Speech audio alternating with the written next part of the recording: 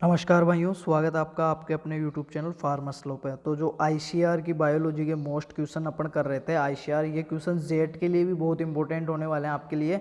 जो जेट का आपका एग्जाम है 29 को और आईसीआर का आपको है 16 को, तो उसके लिए दोनों के लिए ही बहुत ज़्यादा यूजफुल होने वाले हैं बायोलॉजी के। तो मैंने इसका जो पार्ट फर्स्ट है वो मॉर्निंग में अपलोड कर दिया था, जिसमें हमने जो प्लांट जो वो है पादप कार्य की उसके जो क्वेश्चंस थे मोस्ट क्वेश्चंस वो सोल्व आउट किए थे। लगभग 48 से 50 क्वेश्चन थे। अपन जो अभी सोल्व आउट करने वाले हैं वो 120 क्वेश्चन किसके करने वाले हैं, जो अपना plant breeding and genetics, plant breeding और जेनेटिक्स वाला जो टॉपिक है उससे लगभग 120 क्वेश्चन, जो मोस्ट क्वेश्चन जो आईसीआर में किस लैंग्वेज के आ रहे हैं, किस लेवल के क्वेश्चंस आ रहे हैं, कैसे ऑप्शंस आ रहे हैं, वो आप सबको एवरेज हो जाएगा। तो उससे आपका जो बायो में बहुत ही अच्छा स्कोर कर सकते हो, आईसीआर में भी और जेट में भी। इसमें से कुछ क्वेश्चंस अपन जो एग्रीकल्चर से दे रहे हैं आईसीआर का, तो अपने पास बायो के जो क्वेश्चंस होंगे ना, वो अधिकतर क्वेश्चन एग्रीकल्चर से रिलेट करके पुटअप हुए होते हैं और मतलब बहुत ज़्यादा रिपीटेड होते हैं। तो जो अपन आज 120 क्वेश्चन सोल्व आउट करने वाले हैं वो प्रीवियस ईयर के पेपर्स में से, और जो आईसीआर का जो फुल ऑन सिलेबस है उस पर बेस्ड है।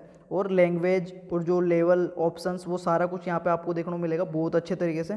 तो जिन्होंने अभी तक पार्ट फर्स्ट नहीं देखा है ना बायोलॉजी के जो मोस्ट क्वेश्चंस का पादप शारीरिकी वाले में से, तो वो पार्ट फर्स्ट देख लें। और केमिस्ट्री के भी मैंने आईसीआर के क्वेश्चंस डाल रखे हैं, तो मैं उन जितने भी वीडियोस हैं आपके लिए बहुत ज़्यादा यूजफुल होने वाले हैं वो सारे मैं डिस्क्रिप्शन में लिंक उनके मेंशन कर दूंगा, तो आप एक बार चेकआउट करें। और अगर अभी तक चैनल के पेज को सब्सक्राइब नहीं करो, सब्सक्राइब करके बेल आइकन प्रेस कर लो, क्योंकि आपका आईसीआर के और जेट एग्जाम से पहले पहले मैं आपको बहुत कुछ प्रोवाइड करवाने वाला हूँ। खैर आईसीआर के में तो 2 दिन है, तो 2 दिन में जितना कुछ हो पाएगा जो आपके लिए यूजफुल हो, आप अच्छा से अच्छा स्कोर कर सको, वो मैं आपको प्रोवाइड करवा दूंगा। बाकी जैसे ही आईसीआर का एग्जाम हो जाता है अपना, जेट के लिए जितने भी आपको बहुत ही अच्छे से अच्छा मैटर प्रोवाइड होने वाला है, तो सारे नोटिफिकेशन आपके पास सबसे पहले जाए तो बेल आइकन प्रेस कर लें।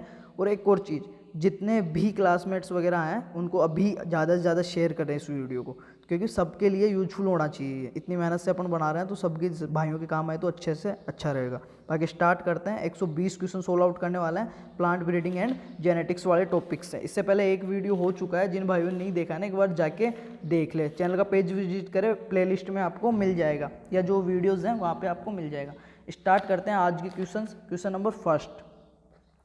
मेंडल ने, और ये क्वेश्चन बहुत ही ज़्यादा इंपॉर्टेंट होने वाला है बायोलॉजी में, तो है ही आपके। हो सकता है इनमें से जो 120 हैं उनमें से कुछ क्वेश्चंस आपको एग्रीकल्चर में भी मिल जाए, और जो आपकी जेट की केमिस्ट्री है वहाँ पे भी मिल जाए, क्योंकि ये जो टॉपिक है ना ये सब में क्या है, म्यूचुअल टॉपिक है।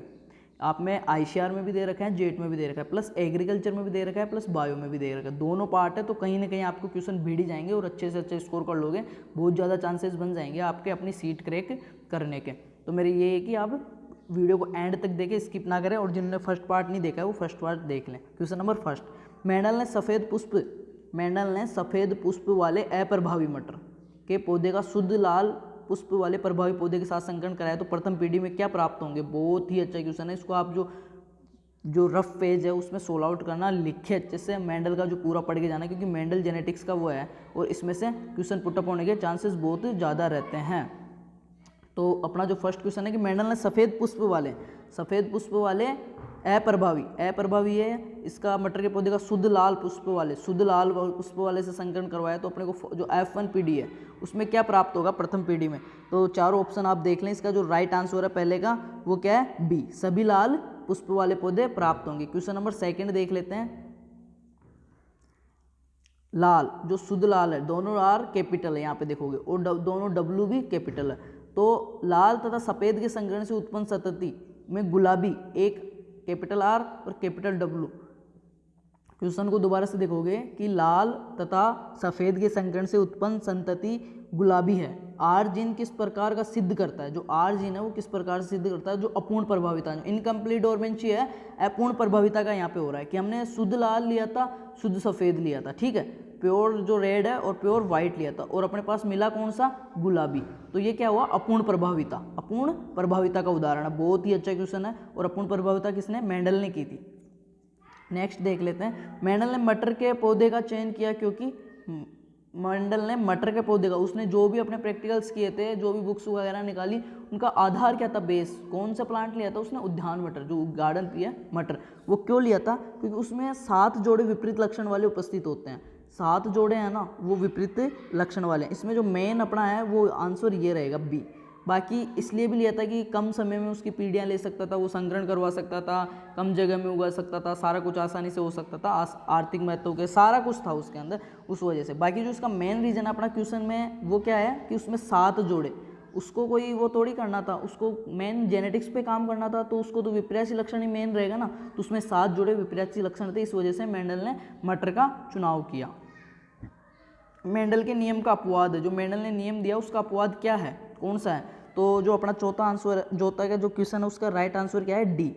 जो सहलगनता, जो लिंकेज है, वो मेंडल के अपवाद का मेंडल के नियम का अपवाद है। बहुत ही ज़्यादा इंपॉर्टेंट क्वेश्चन है, इसको आप नोट आउट कर लोगे आपकी कॉपी में, जो भी कि मेंडल के नियम का अपवाद है सहलगनता।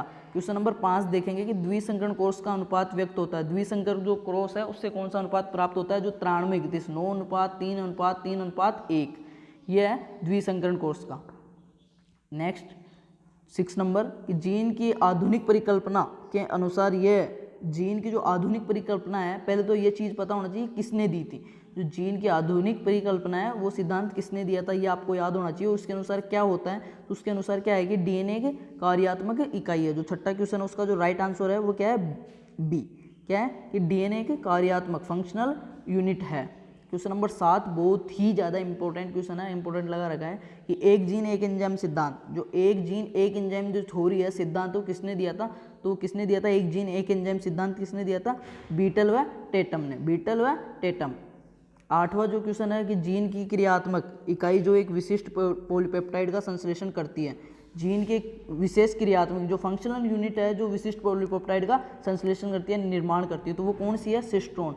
ये क्वेश्चन जेट में भी बहुत बार पुटअप हो चुका है कि जीन की जो फंक्शनल यूनिट है, कार्यात्मक इकाई है, वो कौन सी है, सबसे छोटी जो इकाई है वो कौन सी है, तो ये आपको पता होना चाहिए सबसे छोटी इकाई कौन सी है, कार्यात्मक इकाई कौन सी है, और संरचनात्मक इकाई कौन सी है। ये तीनों चीज़ आप जो जेनेटिक्स में पढ़ रहे हो वहाँ पे जीन की जो स्ट्रक्चर वगैरह दे रखी है वहाँ पे जाके सोल्व आउट करोगे, क्योंकि मैं यहाँ पे आपको इतना कुछ डिस्कस नहीं कर सकता। इस बोर्ड का कुछ होता तो मैं आपको बता सकता था, बट जो इसका जो राइट आंसर अपना 8वां की जीन की कार्यात्मक जो फंक्शनल यूनिट है वो कौन सी है, सिस्ट्रोन।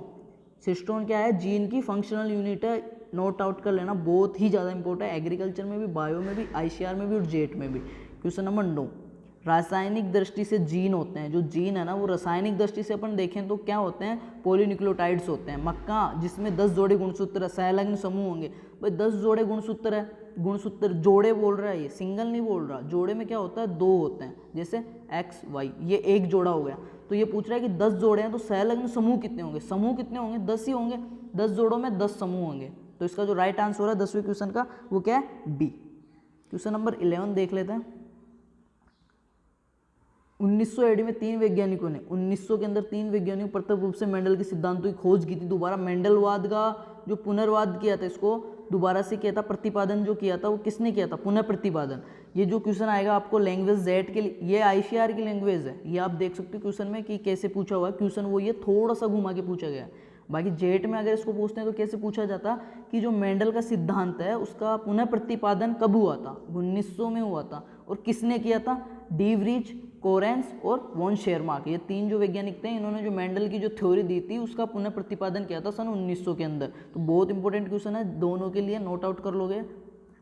नेक्स्ट, मेंडल के एक संकरण कोष का जेनेटिक जो अनुपात है वो कितना था, तो कितना था, 3:1। एक तो ये 3:1, 12:24, 12:1 और 93:31, ये क्या क्या चीज़ है, अच्छे से कन्फर्म, इनमें बहुत ज़्यादा कन्फ्यूजन हो जाता है जब पूछ लेते हैं, तो ये चीज़ आप फिर से बता रहा हूँ। एक तो ये 3:1, ये क्या चीज़ है, ये आपको कन्फर्म होना चाहिए। एक जो 93:31 है वो क्या चीज़ है, 9:3:3:1, और एक जो 12:24, 12:1 है वो किसका अनुपात है, कहाँ पे प्राप्त होता है, वो सारी चीज़ क्लियर होनी चाहिए। ये इनमें से हर बार एक क्वेश्चन पुटअप होता ही होता है। क्वेश्चन नंबर 13 देख लेते हैं कि आनुवांशिकताएं विभिन्नताओं से संबंधित विज्ञान की शाखा क्या कहलाती है। आनुवांशिकता तथा विभिन्नताएं जो है उससे संबंधित आनुवांशिकी जेनेटिक्स ही कहलाती है। 14वां क्वेश्चन देख लेते हैं। जब पौधा होमोजाइगस तथा हेटेरोजाइगस हो तो प्रयुक्त होने वाला क्रॉस होता है टेस्ट क्रॉस। होमोजाइगस और हेटेरोजाइगस से अगर संकरण करवाए तो वो क्या कहलाएगा, टेस्ट क्रॉस कहलाएगा। 15वां क्वेश्चन देखते हैं कि यदि किसी जीव की कोशिकाएं 2 जोड़े लक्षणों के लिए विषम युग्मजीय है, 2 जोड़े जो लक्षण है उनके लिए क्या है, विषम युग्मजीय है, अर्थात कैपिटल ए स्मॉल है तथा कैपिटल बी स्मॉल बी, में मियोसिस होता है, मियोसिस होता है तो उत्पन्न होने वाले युग्मक का जीनोटाइप क्या होगा, तो उसका जो जीनोटाइप है ये आप वो बना के चार्ट बना के निकाल लोगे, वो क्या होगा, इसका जो राइट आंसर है वो बी है। इसको आप चेकआउट करोगे एक बार, सॉरी। नेक्स्ट क्वेश्चन 16 कि एक जीव जिसमें दो समरूप युग्म विकल्पी है, एक जीव जिसमें दो समरूप युग्म विकल्पी है तो एक दिए हुए ट्रेट के लिए कैसे होंगे, समयुग्मजी होंगे। समरूप युग्म विकल्पी है, दोनों समान रूप के हैं और युग्म के अंदर हैं, जोड़े के अंदर है, तो समयुग्मजी थे तभी तो जोड़े बने। नेक्स्ट 17 कि एक F1 संकर तथा अप्रभावी जनक के मध्य क्रॉस से प्राप्त अनुपात है F1 तथा अप्रभावी जनक, जो टेस्ट क्रॉस हो गया F1 का अगर अप्रभावी जनक के साथ करवाते हैं तो वो टेस्ट क्रॉस कहलाता है। जब अपन F1 पीढ़ी में जो अपने को संतान प्राप्त हुई है उसका क्रॉस अगर हम अप्रभावी उसी के अप्रभावी जनक से करवाते हैं तो वो क्या कहलाता है, टेस्ट क्रॉस कहलाता है। बहुत important, test cross, back cross, ये सारी चीज़ें आपको पता होनी चाहिए। तो टेस्ट क्रॉस में जो अपने को प्राप्त हो रहा है वो क्या हो रहा है, इसका जो राइट आंसर है देख पा रहे हो 17वां क्वेश्चन आप 1:1, जो बी क्वेश्चन है बी आंसर है वो राइट रहेगा। 18वां देख लेते हैं कि मेंडल द्वारा दिए गए 7 विपरीत लक्षण कितने गुणसूत्रों पर उपस्थित थे, सबसे। इतनी देर में 16 आउट किया ना सबसे, इसको नोट आउट कर ही लेना, मजाक में मत लेना, बहुत अच्छा क्वेश्चन है कि मेंडल के द्वारा जो 7 विपरीत लक्षण थे जो इसकी वजह से मटर का चुनाव किया था वो कितने गुणसूत्रों पर उपस्थित थे। तो जो 18वां जो अपना क्वेश्चन है उसका जो राइट आंसर है वो क्या है, 4। क्या है, 4 ए सही है। 10वां देखेंगे, सॉरी 19वां देखेंगे कि यदि डीएनए स्ट्रेंथ, जो डीएनए की लड़ी है उसके न्यूक्लियोटाइडों का क्रम, एडेनिन, ये जो क्रम है ना ये डीएनए में तो क्या होगा, आरएनए में क्या होगा, ये मैंने ऊपर नोट आउट कर रखा था शायद तक, ये रहा, ये याद करके चले जाना कि एक की जगह यूरेसिल हो रहा है और थायमिन की जगह एडेनिन हो रहा है, ग्वानिन की जगह साइटोसिन हो रहा है। ये चीज़ याद रखना, आपका क्वेश्चन गलत होगा ही नहीं। इसको नोट आउट कर लो एक बार कि डीएनए में तो क्या क्रम रहेगा इनके, जो इसकी स्ट्रेंथ है उसमें जो ये क्षारक है इनका क्या क्रम है, और एमआरएनए में क्या क्रम है, ये दोनों चीज़ें आपको पता होनी चाहिए। क्वेश्चन नंबर देख रहे थे अपन 20, जीन विनिमय की अवस्था किसमें पाई जाती है। जीन का जो विनिमय होता है ना वो किस में पाया जाता है, पेकाइटिन में। कोशिका विभाजन में से आ गया ये क्वेश्चन, जो लेप्टोटीन जाइगोटीन ये है उनमें से जो जीन विनिमय है ना वो पेकाइटिन प्रावस्था में पाया जाता है। क्वेश्चन नंबर 21, मिराबिलिस जलाफा, मिराबिलिस जलाफा इसका नाम आपको जेनेटिक्स में मिलेगा, कोई गुण से संबंधित, इतना मैं बता देता हूँ, आगे पढ़ते हैं अब। मिराबिलिस जलाफा के समयुग्मजी लाल एवं सफ़ेद पुष्प वाले पादपों में जब संकरण करवाया जाता है तो F1 पीढ़ी में सभी पादप गुलाबी पुष्प वाले होते हैं। F1 पीढ़ी के पादपों में स्वनिषेचन, F2 पीढ़ी में लाल गुलाबी तथा सफ़ेद पुष्प वाले पौधों का अनुपात कितना होगा, तो इसका जो राइट आंसर है 1:2:1। अब ये आप निकालोगे मिराबिलिस जलाफा से संबंधित सारी चीज़। फोर्थो क्लॉक चीज़ बता दूँ, मिराबिलिस जलाफा को क्या बोलते हैं, फोर्थो क्लॉक भी बोलते हैं, फोर्थो क्लॉक भी बोलते हैं। नेक्स्ट क्वेश्चन देखेंगे 22 नंबर का कि डीएनए का एक खंड जो अपनी स्थिति बदल सकता है, डीएनए का एक खंड जो अपनी स्थिति बदल सकता है, जो अपनी पोजीशन है उसको वो चेंजेस कर सकता है, तो वो कौन सा है। तो 22 नंबर का जो अपना क्वेश्चन है उसका जो राइट आंसर है वो क्या है, डी, ट्रांसपोसन।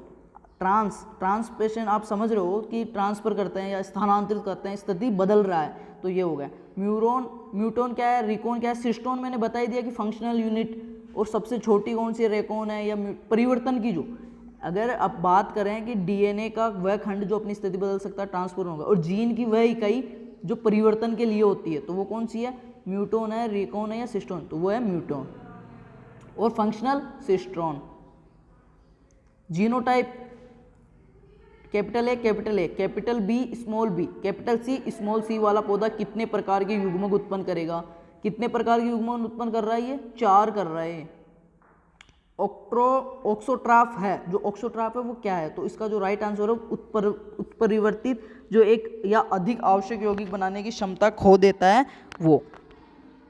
नेक्स्ट, बारबरा मैक्लिंटॉक सिद्धांत प्रसिद्ध है, बारबरा मैक्लिंटॉक प्रसिद्ध है किसके लिए, मक्का में जंपिंग जीन। बहुत ही एग्रीकल्चर में आईसीआर में एक क्वेश्चन पुटअप हुआ है कि मक्का में जो जंपिंग जीन है उसकी खोज किसने की थी, तो ये वैज्ञानिक का नाम लिख ले, बारबरा। क्या नाम है, बारबरा। नेक्स्ट, प्रथम पौधा जिसमें लिंग निर्धारण का गुणसूत्रीय आधार ज्ञात किया गया था, प्रथम पौधा जिसमें लिंग गुणसूत्रीय का आधार ज्ञात किया गया था, प्रथम पौधा, तो इसमें कौन सा है, मेलिनट्रिन। जो ए राइट आंसर है वो सही है। 27वां देखेंगे कि पोलियोप्टिक लक्षण जीन का वह गुण प्रदर्शित करता है जिसे क्या कहते हैं, एक से अधिक फिनोटाइप अभिव्यक्तियां प्रस्तुत करना। एक से अधिक फिनोटाइप ये अभिव्यक्तियां प्रस्तुत करता है, उसको क्या बोलते हैं? पॉलीटॉपिक। 28वां देखते हैं कि 1959 में डीएनए के संश्लेषण के लिए नोबेल पुरस्कार किसको दिया गया था? डीएनए के उसके लिए नोबेल पुरस्कार किसको दिया गया था? तो किसको दिया गया था? कोरेनबर्ग को। जो अपना 28 नंबर का क्वेश्चन है उसका जो राइट आंसर है वो है ए। 29वां देख लेते हैं कि एक बहुगुणित जाति जिसमें एक ही जाति के जीनोम होते हैं वो क्या कहलाती है? स्वबहुगुणिता, ऑटोपोलाइड। जिसमें एक ही जाति के वो जीनोम पाए जा रहे हैं और उनका क्या हो रहा है? बहुगुण, वो बार बार बढ़े जा रहे हैं, तो उसको क्या बोलते हैं? स्वबहुगुणिता। खुद की ही बार बार वृद्धि हो रही है, एक ही जाति के हैं, सारे अलग अलग नहीं है, स्वयं की वृद्धि कर रहे हैं, तो स्वबहुगुणिता कहलाएगी।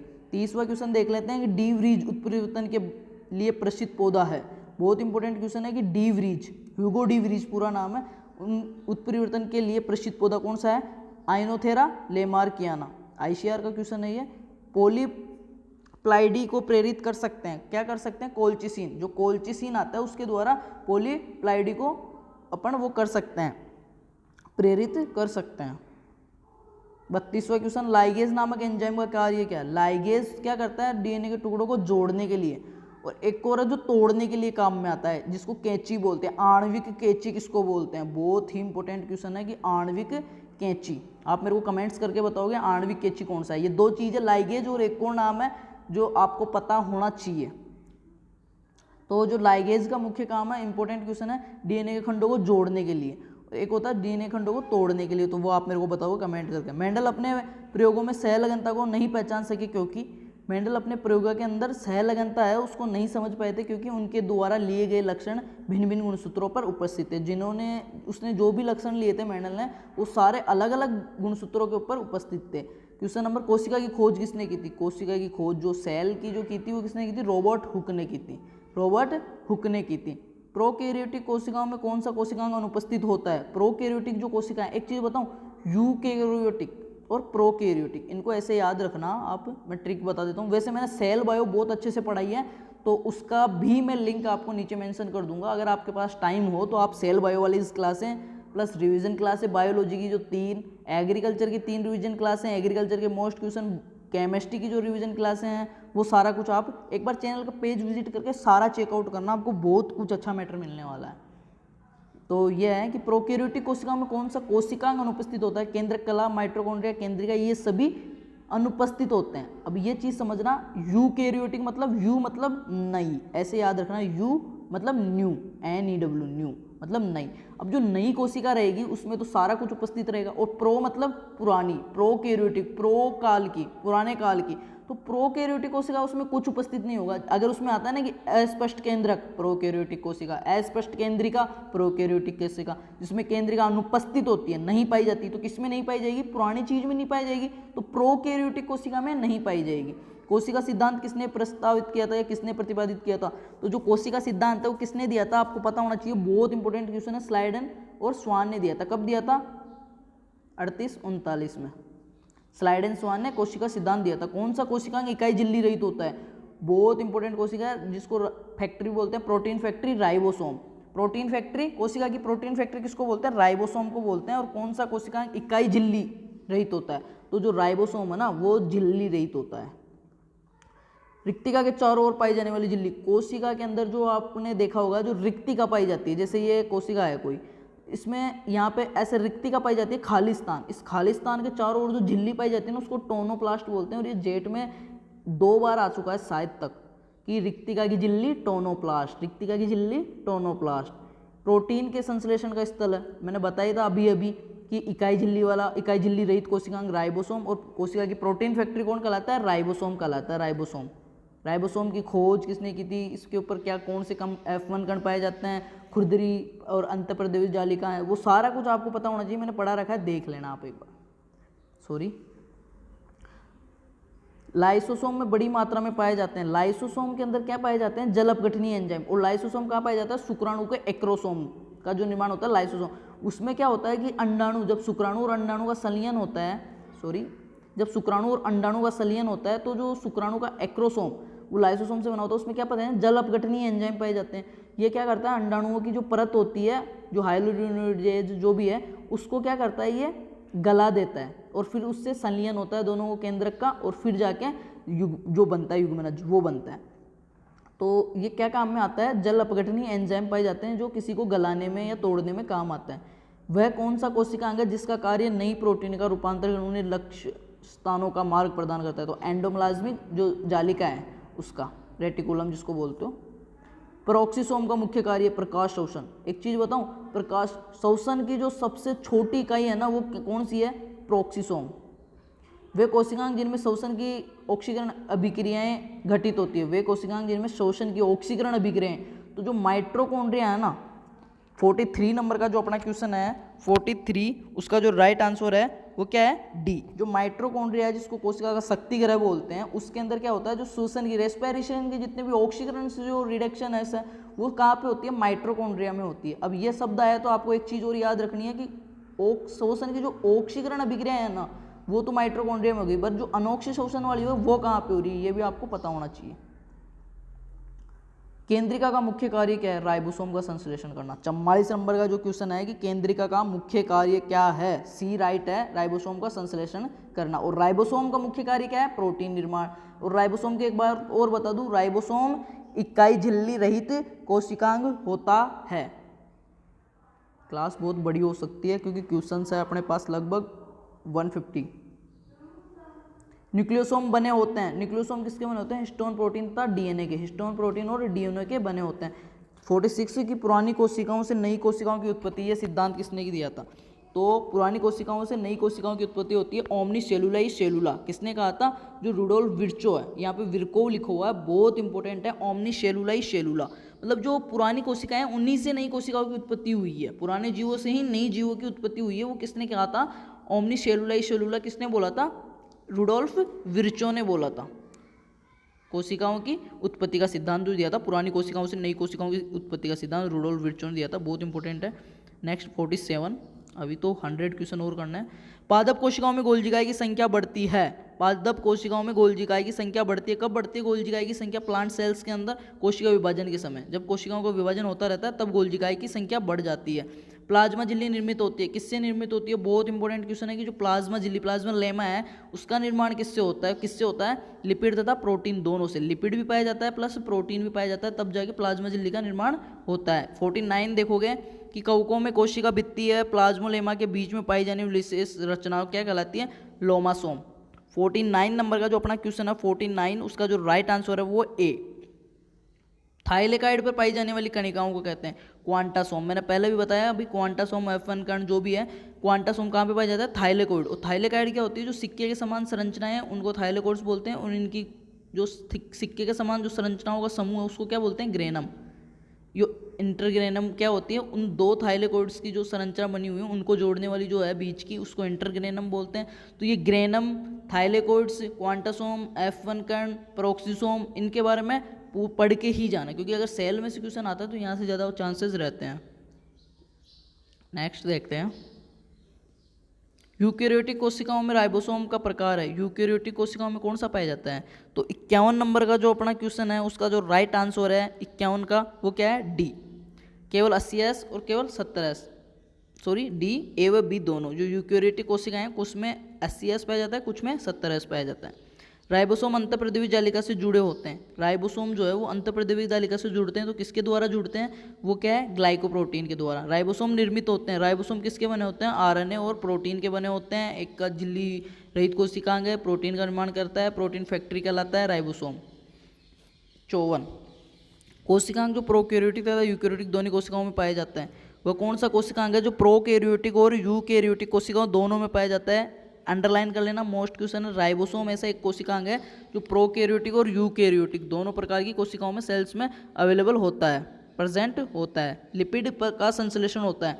लिपिड का संश्लेषण कहाँ पे होता है? जो स्मूथ एंडोप्लाज्मिक रेटिकुलम, जो चिकनी अंतःप्रदेवी जालिका, दो होती है, खुरदरी और चिकनी, तो लिपिड का तो होता है चिकनी अंतःप्रदेवी जालिका पे। नेक्स्ट, कोशिकाओं की ऊर्जा मुद्रा जो एनर्जी करेंसी है वो क्या कहलाती है? एटीपी। क्या कहलाती है? एटीपी। नेक्स्ट, फूलों व फलों का विशेष नारंगी रंग किसके कारण होता है? जो क्रोमोप्लास्ट वर्णक है ना, क्रोमोप्लास्ट, उसके कारण होता है। फूलों व फलों का जो विशेष नारंगी कलर का रंग होता है ना, वो किसके कारण होता है? क्रोमोप्लास्ट वर्णक जो है उसके कारण एंथोसायनिन। 58 देख लो, लैम्प्रस गुणसूत्र दिखाई पड़ते हैं, ये दिखाई लैम्प्रस जो गुणसूत्र है मियोसिस की डिप्लोटीन में, कोशिका विभाजन जो पढ़ रहे हैं ना उसमें हम देखोगे कि मियोसिस को जो डिप्लोटीन जो अवस्था है उस फेज है उसके अंदर दिखाई देते हैं लैम्प्रस गुणसूत्र। इंपॉर्टेंट है गुणसूत्र जिनमें सब टर्मिनल सेंट्रोमियर पाया जाता है वो क्या कहलाते हैं एक्रोसेंट्रिक। निम्न में से किस कोशिकांग की झिल्ली एक परत होती है? लाइसोसोम की जो झिल्ली होती है वो एक परत वाली होती है और राइबोसोम पे कोई झिल्ली नहीं पाई जाती है। मैं थोड़ा जल्दी सोल्व आउट करवा देता हूँ क्योंकि क्वेश्चंस बहुत ज़्यादा हैं अपने पास इस टॉपिक्स के और अभी 25 मिनट का हो चुका है वीडियो तो ज़्यादा बड़ा हो जाएगा फिर। निम्न में से किस कोशिकांग की झिल्ली एक परत होती है? लाइसोसोम। गुणसूत्र का अग्रस्त सिरा क्या कहलाता है? टोलोमियर। जो गुणसूत्र का शीर्षस्थ भाग या अग्रस्त भाग होता है उसको टोलोमियर बोलते हैं। 62 निम्न में से कौन कोशिका सिद्धांत का अपवाद जो विषाणु वायरोड जो विषाणु है वायरस है जिसकी खोज इवानोव्स्की ने की थी, इवानोव्स्की, वो क्या है कोशिका सिद्धांत जो सेल थ्योरी है ना। अब ये आपको पता होनी चाहिए सेल थ्योरी किसने दी थी, कब दी थी और इसके क्या क्या थे। जो 3 बातें बताई सेल थ्योरी में वो क्या क्या थी, तो ये चीज़ है कि सेल थ्योरी है उसका अपवाद कौन है, तो जो विषाणु या वायरस है वो सेल थ्योरी का अपवाद है। 63 की 2 समीपस्थ कोशिकाओं की प्राथमिक भित्तियों को जोड़ने वाली आंतरिक परत को क्या कहते हैं? मध्य पटलिका कहते हैं। 64 कोशिका विभाजन की किस अवस्था में डीएनए का द्विगुणन होता है? तो जो एस प्रावस्था है उसके अंदर डीएनए का द्विगुणन, संश्लेषण प्रावस्था जिसको बोलते हैं, एस से ऐसे समझ लेना संश्लेषण, तो उसमें डीएनए का द्विगुणन हो जाता है। और G2 में तर्कुतंतु। 65 उपांति भवन, एक मिनट, उपांति भवन जो टर्मिनाइजेशन है निम्न में से किस अवस्था में होता है? डिप्लोटीन में होता है। डिप्लोटीन में क्या होता है? उपांति भवन। इंपॉर्टेंट है, याद रखना। काइजमेटा दिखाई देते हैं डिप्लोटीन में। काइजमेटा कहाँ पे दिखाई देते हैं? डिप्लोटीन में। 66 नंबर का जो अपना क्वेश्चन उसका राइट आंसर जो है वो क्या है? D, diplotene. विनिमय जो क्रॉसिंग ओवर होता है वो किस में होता है? पेकाइटिन में। अभी भी पहले भी बताया था जीन विनिमय क्रॉसिंग ओवर किस में होता है? पेकाइटिन में होता है। नेक्स्ट देखते हैं 68 अर्धसूत्री विभाजन की किस अवस्था में सेंट्रोमियर विभाजित होता है? अर्धसूत्री विभाजन की किस अवस्था में सेंट्रोमियर उपस्थित होता है? 68 नंबर का क्वेश्चन, 68 का जो राइट आंसर है वो है बी। नेक्स्ट देखते हैं 69 मटर के पौधों में 400 बीज बनाने के लिए कितने गुणसूत्री? ये एक ऐसा क्वेश्चन भी आ जाता है कभी कभार आईसीआर में जो गणना वाला। तो मटर के पौधे में 400 बीज बनाने के लिए कितने अर्धसूत्री विभाजन की आवश्यकता होगी? 500। जो 69 नंबर का अपना क्वेश्चन है 69 उसका जो राइट आंसर है वो क्या है? बी। अंतरावस्था की जीवन अवस्था में होता है, जो अंतरावस्था है अपनी उसकी जो जीवन फेज है उसमें क्या होता है? डीएनए व प्रोटीन का संश्लेषण होता है, डीएनए और प्रोटीन का संश्लेषण होता है। नेक्स्ट देखते हैं 71 क्वेश्चन कि पादप कोशिकाओं में कोशिका द्रव्य विभाजन किसके द्वारा होती है? तो कोशिका पट निर्माण के द्वारा। ये दो होता है कोशिका पट, एक तो पट विधि होती है, खांच विधि होती है, पट विधि और खांच विधि। तो जो कोशिका द्रव्य का विभाजन होता है ना वो 2 विधियों के द्वारा होता है, मुख्यतः कोशिका पट और खांच विधि। अपन क्या पढ़ रहे हैं? पादपों में, तो पादपों में तो होता है कोशिका पट द्वारा और जंतुओं में होता है खांच विधि द्वारा। जो ऑप्शन ए दिख रहा होगा आपको खांच विधि, वो किस में होती है? जो एनिमल जो जंतु है उनके अंदर, और जो प्लांट्स हैं उनमें कोशिका पट विधि द्वारा। 72 यूकेरियोटिक कोशिकाओं में हिस्टोन प्रोटीन का संश्लेषण कोशिका चक्र की किस अवस्था में होता है? तो वो किस में होता है? एस प्रावस्था, जो संश्लेषण प्रावस्था है उसमें होता है। और जो डीएनए का द्विगुणन होता है ना वो भी एस प्रावस्था में ही होता है। पादप कोशिकाओं की मध्य पटलिका का मुख्य संगठन है, जो पादप कोशिकाओं की मध्य पटलिका है ना उसका मुख्य संगठन क्या है? कैल्शियम और मैग्नीशियम के पेक्टेट से बनी होती है, वैसे मुख्य कैल्शियम है। 74 जो अपना क्वेश्चन है 74 उसका देख लेते हैं। कोशिका कला का तरल मोजेक, जो द्रव मोजेक या तरल मोजेक मॉडल दिया था किसने दिया था? सिंगर और निकोलसन ने दिया था। और कब दिया था ये आप देखोगे आपके नोट्स में, क्योंकि ये मेरे को कन्फ्यूजन है, इतना याद नहीं है, बायो पढ़े बहुत टाइम हो गया। फिर भी मैं आपके लिए बहुत अच्छे से अच्छे यहाँ पे मैटर प्रोवाइड करवा रहा हूँ, आप एक बार देखें, आपके लिए बहुत ज़्यादा यूजफुल होगा। और इसको ज़्यादा से ज़्यादा शेयर करें। क्या क्वेश्चन है अपना कि कोशिका कला का जो तरल द्रव्य मोजेक मॉडल है वो सिंगर व निकोलसन ने दिया था। नेक्स्ट देखते हैं 75 जीवद्रव्य शब्द सर्वप्रथम किसने दिया था? पुरकिंजन है। जीवद्रव्य प्रोटोप्लाज्म किसने दिया था? पुरकिंजन है। फिर इसको नेक्स्ट माइटोकॉन्ड्रिया के किस भाग में एटीपी का संश्लेषण होता है? माइटोकॉन्ड्रिया का कौन सा भाग है जहाँ पे एटीपी का संश्लेषण होता है, जिसको मुद्रा बोलते हैं? वो किसका? F1 कण या ऑक्सीसोम्स के, F1 कण या ऑक्सीसोम्स है उनके ऊपर होता है एटीपी का संश्लेषण। 77 देख लेते हैं कि कोशिका में विशेष रूप से कणिकीय अंतःप्रद्रव्य जालिका जो RER रफ खुरदरी अंतःप्रदेवी जो जालिका है, कणिकीय खुरदरी, वो क्या करती है? प्रोटीन संश्लेषण। और लिपिड संश्लेषण कौन करता है? SER। ये याद रखना, चिकनी स्मूथ जो जालिका है ना वो लिपिड का करती है, और जो खुरदरी है रफ RER वो प्रोटीन का करती है। बहुत इंपॉर्टेंट चीज है, याद रखोगे जेट के लिए भी, ICR के लिए भी, कि जो खुरदरी अंतःप्रदेवी जालिका है वो प्रोटीन का संश्लेषण करती है, और चिकनी अंतःप्रदेवी जालिका किसका करती है? लिपिड या लिग्निन जो भी है। नेक्स्ट 78, माइटोकॉन्ड्रिया तथा हरित लवक को कोशिकाओं के मध्य, माइटोकॉन्ड्रिया एवं हरित लवक को कोशिकाओं के मध्य जीवाणु अंतःसहजीवी माना जाता है, क्योंकि इनकी कलाएं जीवाणु से मिलती हैं, इनके वलय न्यूक्लिक होते हैं, ये बाहर से उत्पन्न होते हैं। उपरोक्त सभी 78 नंबर का क्वेश्चन जो है उपरोक्त सभी। 79 देखोगे कि जीवाणु में माइटोकॉन्ड्रिया हरित लवक के राइबोसोम होते हैं। जीवाणु, माइटोकॉन्ड्रिया और हरित लवक में कौन से राइबोसोम पाए जाते हैं? अब ये जीवाणु, माइटोकॉन्ड्रिया और हरित लवक तीनों प्रोकैरियोटिक सेल्स, सॉरी प्रोकैरियोट में 70 प्रकार के पाए जाते हैं, और तीनों प्रोकैरियोटिक सेल्स के एग्जाम्पल है, तो इनमें भी 70 प्रकार के ही पाए जाएंगे। जो 79 है उसमें सी राइस आंसर है। 80 देखते हैं कि रोमाभी तथा कशाभिकाओं में मिलते हैं, क्या मिलते हैं? ट्यूलिन व डाइमर। इसमें क्या है? राइट आंसर जो अपना है 80 नंबर के क्वेश्चन में जो राइट आंसर है वो क्या है? डी। 80 का राइट आंसर है डी, बी तथा सी दोनों, बी तथा सी दोनों सूक्ष्म नलिका भी पाई जाती है। 81, यदि एक गुणसूत्र का सेंट्रोमियर मध्य उपस्थित होता है तो वह क्या कहलाता है? मेटासेंट्रिक कहलाता है। अच्छी क्वेश्चन है। गुणसूत्र में गहन अभिरंजित होते हैं हेटेरोक्रोमिन, जो हेटेरोक्रोमिन होते हैं वो गहन अभिरंजित होते हैं, गहरे कलर से अभिरंजित होते हैं। नेक्स्ट देखोगे हैमरलिंग, हैमरलिंग ने केंद्रक की भूमिका के लिए अपना प्रयोग किया था, किस पे किया था? एसिटाबुलेरिया पे, एसिटाबुलेरिया पे, बी है। क्रोमोसोम शब्द किसने दिया था? डब्ल्यू वॉल्डेन ने। गुणसूत्र शब्द जो दिया था डब्ल्यू वॉल्डेन ने दिया था। हिस्टोन प्रोटीन में कौन से एमिनो अम्ल अधिक मात्रा में पाए जाते हैं? जो हिस्टोन प्रोटीन है उसमें कौन से एमिनो अम्ल अधिक पाए जाते हैं? लाइसिन व आर्जिनिन। आर्जिमोन मैक्सियाना किसका नाम है? सत्यानाशी का, जो एलर्जी कर देती है, और हिस्टोन प्रोटीन भी एलर्जी से ही संबंधित है, ये चीज मैं बता दूं। द्विलिंगी क्लिस्टोगैम्स पुष्प वे होते हैं जो कभी नहीं खुलते। क्लिस्टोगैम्स क्या होते हैं? द्विलिंगी वाले जो कभी ओपन नहीं होते, ऐसे पुष्प जो कभी ओपनिंग ही नहीं होते, खुलते ही नहीं है।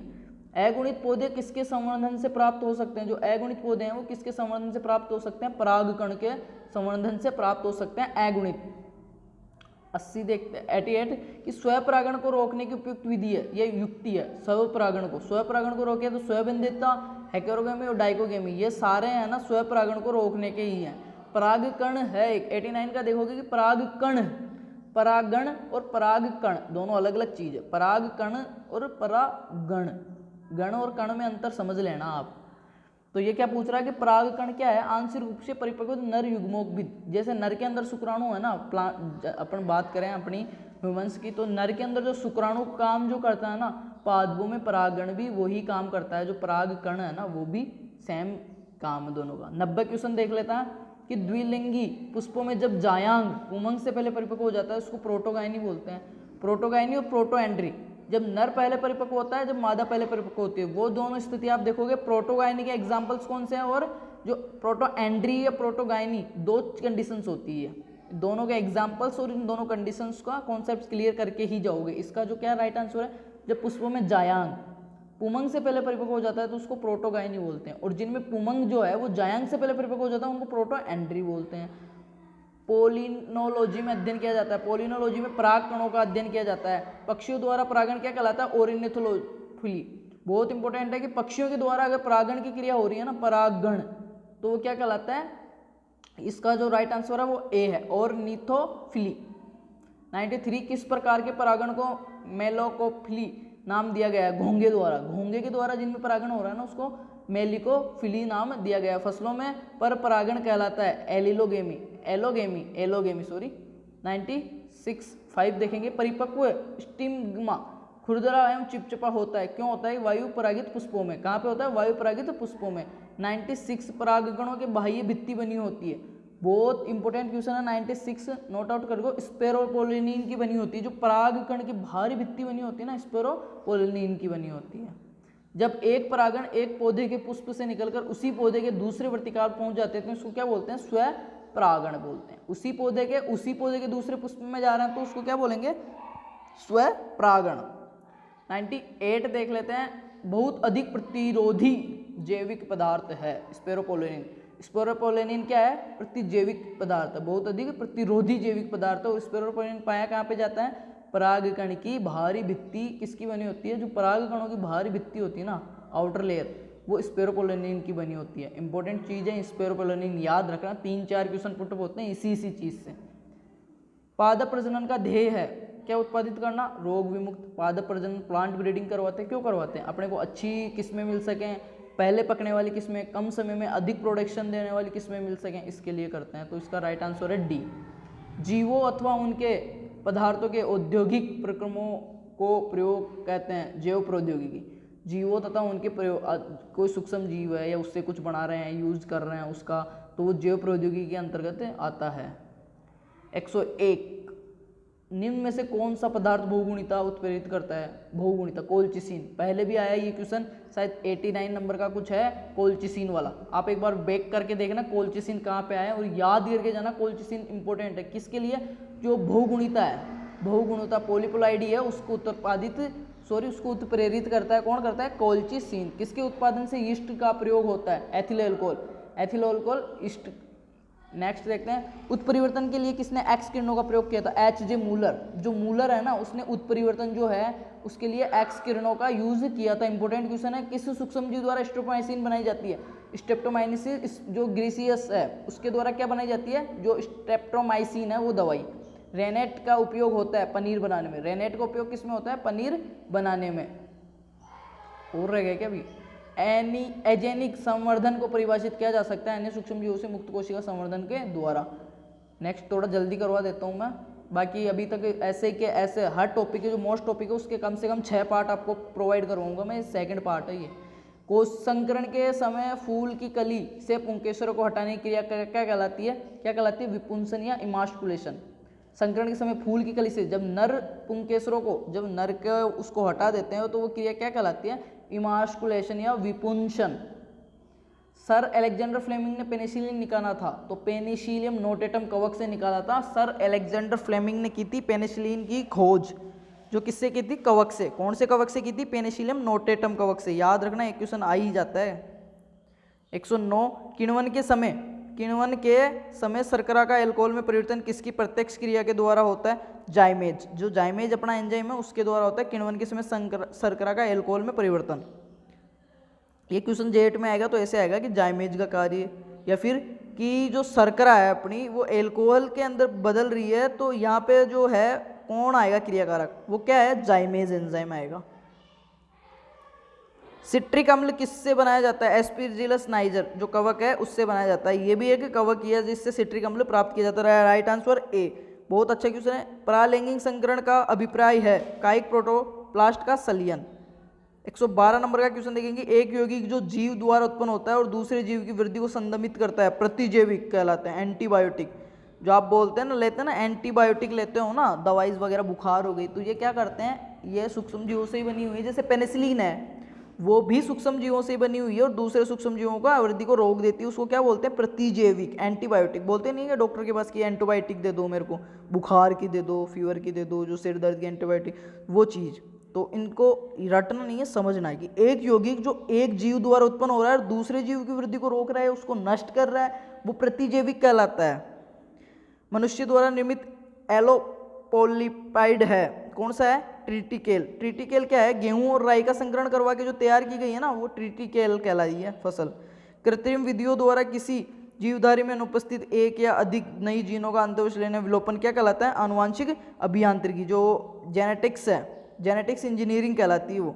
टी.आई. प्लाज्मिड उपस्थित होता है, किसमें होता है? एग्रोबैक्टीरियम। जो एग्रोबैक्टीरियम है उसमें कैपिटल टी स्मॉल आई, जो टी.आई. जो प्लाज्मिड है वो उपस्थित होता है। 116 सेकंड लास्ट जो अपना क्वेश्चन है, प्रजनन की सबसे पुरानी विधि है, बहुत इंपॉर्टेंट है। वर्ण या चयन जो है वो वर्ण या चयन सिलेक्शन प्रजनन की सबसे पुरानी विधि है कि उत्तम वाले को चयन करते हैं, फिर उनमें इधर भी नर के अंदर भी उत्तम को और मादा में भी उत्तम का चयन करते हैं, वर्ण करते हैं, उनमें फिर संकरण की क्रिया करा के अच्छी जो नस्ल है वो तैयार की जाती है। तो प्रजनन की सबसे पुरानी विधि जो है वो वर्ण है। लास्ट जो अपना क्वेश्चन है वो देख लेते हैं कि योग हर्ट उत्पन्न किया जाता है लैक्टोबैसिलस एसिडोफिलस से। Lactobacillus acidophilus. तो ये 2 पार्ट कंप्लीट है, मेरे को कमेंट्स करके बताओगे, ज़्यादा से ज़्यादा शेयर करोगे। बाकी सभी को बेस्ट ऑफ लक। आगे 4 पार्ट और मिलने वाले हैं बायोलॉजी के आपको, आईसीआर और एग्रीकल्चर के लिए। बाकी जैसे ही 16 को अपना आईसीआर का हो जाता है ना, आगे के दिनों में जेट की इतनी अच्छी मैटर प्रोवाइड करने वाला हूँ, तैयारी करने वाले हैं। और जिन्होंने अभी तक चैनल का पेज विजिट नहीं किया ना, तो क्या किया है फिर, अभी एक बार विजिट करो, बहुत कुछ आपके लिए स्टडी मैटर वहाँ पे पड़ा है। बाकी मैं लिंक डिस्क्रिप्शन में दे रहा हूँ कुछ वीडियोज़ के, तो चेकआउट जरूर करना। तो सभी को बेस्ट ऑफ लक और थैंक यू।